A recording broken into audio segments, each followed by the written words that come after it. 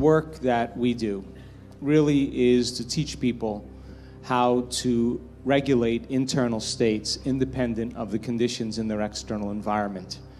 That when you finish a meditation, if you get up feeling the same way as you sat down, nothing really happened. Nothing happened neurologically, biologically, chemically, hormonally, genetically. You're still in the same state of being.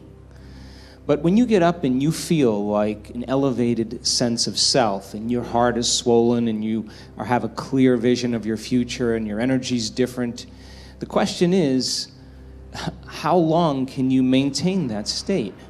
So you're literally broadcasting a whole new electromagnetic signature in that state. The thoughts tend to be electric and feelings tend to be magnetic. And the way we think and feel is what we broadcast into the field. And what we broadcast into the field is our experiment with destiny. So then when you go within and you disconnect from your outer world and you sit your body down and it's no longer experiencing anything and you're not thinking about your schedule, your past, or your future, and you're making your inner world more real than your outer world. When you open your eyes and you present yourself to the world, the job then is to not react emotionally to the same conditions in your life, because the moment you react emotionally, you're equal to the conditions in your life and you're back in your past.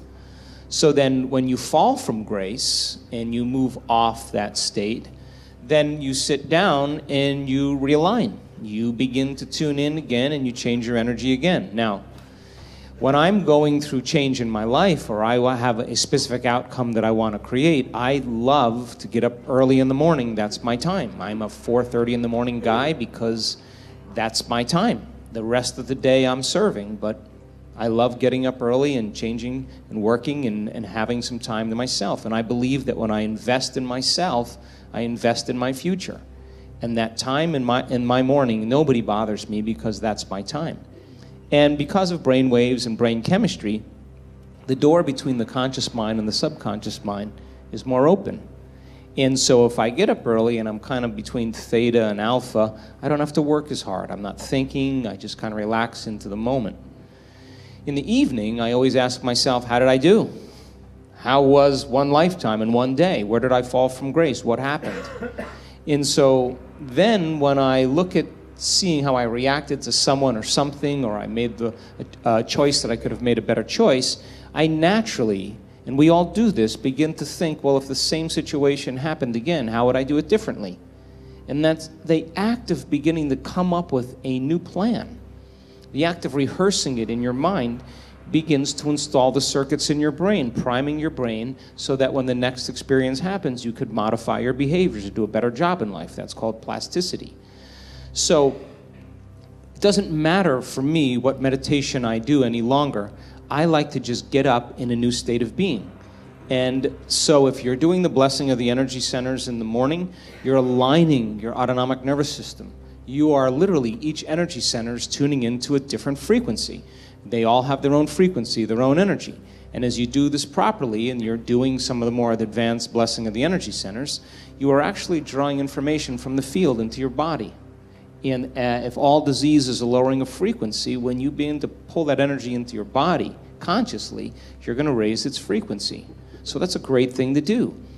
If you're doing a meditation in the evening, of course, pick a meditation that changes your energy. But then, you know, the idea is not just to meditate so that you can keep meditating, keep meditating, keep meditating. Your job is to actually see what the effects you've produced in your life as a result of it. I mean, why else would we do this? So then, if you decide, okay, if I'm taking time out of my busy life to emulate the divine, a creator, then if I'm going to create something unlimited, I better feel unlimited. If I'm going to do something magnificent, I have to become magnificent. And if you keep doing that over and over again, it will begin to become more readily available to you. It'll get easier. So then, to not be seduced by the external environment and not fall from grace and be able to execute and maneuver in your life from a different energy and lead with your heart and begin to make different choices and not return back to those old states, that's why we do it. because we want that new energy to become constant in our lives. And so when we're in that energy all the time, that's when the synchronicities and the serendipities and all those wonderful coincidences begin to happen. And it's those coincidences that are feedback in our environment where the field begins to open doors for us. That's what we want to occur. Now, I have worked on things in my life, and I'm a sincere person when it comes to this. I've worked on things in my life for years. And I always thought it was about the event or the experience I wanted to create, but all along I was changing. And when I finally reached a point where I could care less if I could have the experience is the moment it happened. But all along, the divine, the loving intelligence, this mother-father principle, of course, it's observing us into life. We are vitalistic, energetic beings that when we begin to unify all these principles that we're talking about, you can't get this in one sitting. You can't. You have to keep understanding it, keep reviewing it, keep redoing it, keep experiencing it. And the new experience then causes you to dream in a way you would have never dreamt before unless you had that experience. And that's how God gets to know itself. So then, I don't care what meditation you do, I just like the fact that you're connecting. And the more you connect and the more whole you feel, the more natural it becomes.